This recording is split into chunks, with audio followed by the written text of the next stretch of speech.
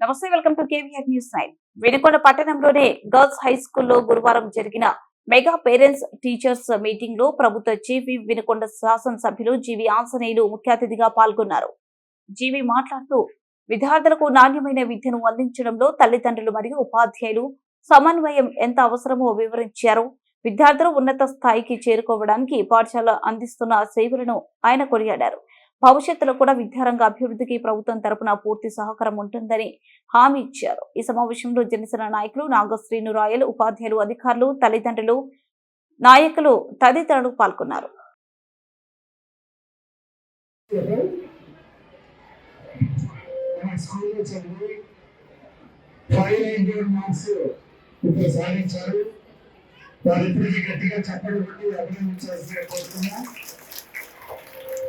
ఒక 5 సీట్ సాధించారు.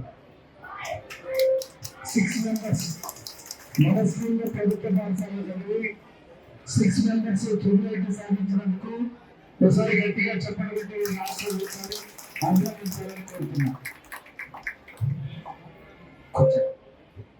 గత ప్రభుత్వం ఇంగ్లీష్ మీడియం అని చెప్పేసి కొన్ని చోట్ల పిల్లలకి అర్థం కాని పరిస్థితిలో ఈ రోజు గత ప్రభుత్వం చేసినట్టు అనాలోచన నిర్ణయం వలన, గతంలో వైసీపీ పాలన వలన దేశంలో 3వ ర్యాంకులో ఉన్నటువంటి ఆంధ్రప్రదేశ్ విద్యా వ్యవస్థలో దేశంలో 19వ స్థానాన్ని పడిపోయింది. దేశంలో 19వ స్థానాన్ని పడిపోవడం చాలా బాధాకరం. 3వ స్థానంలో రాష్ట్రాన్ని విద్యా వ్యవస్థ ప్రమాణాల్లో 19వ స్థానానికి దిగదార్చారు గత పాలకులు. అలాగే ఈ రోజు మళ్ళీ విద్యా ప్రమాణాలు పెంచడానికి స్కూల్లో అనేక నూతన విద్యా విధానాలని వరవడి తీసుకొచ్చినటువంటి మంత్రి లోకేష్ గారిని ఈ రోజు ప్రజలందరూ, పేరెంట్స్ అందరూ అభినందనలు తెలియజేస్తున్నారు. అలాగే వర్చువల్ మీటింగ్స్, అలాగే పిల్లల్ని ఒక మంచి నాయకత్వ లక్షణాలతోటి, మంచి విద్యా ప్రమాణాలతోటి ఈ రోజు ముందుకు తీసుకెళ్తా ఉన్నారు. అలాగే తల్లికి వందన పథకం ప్రతి బిడ్డకి ఇస్తున్నారు. 2 బిడ్డలుంటే 2 బిడ్డలకి, ఓ తల్లిదండ్రులు 4 బిడ్డలుంటే 4కి ఈ తల్లికి వందన పథకం అందజేస్తా ఉన్నారు.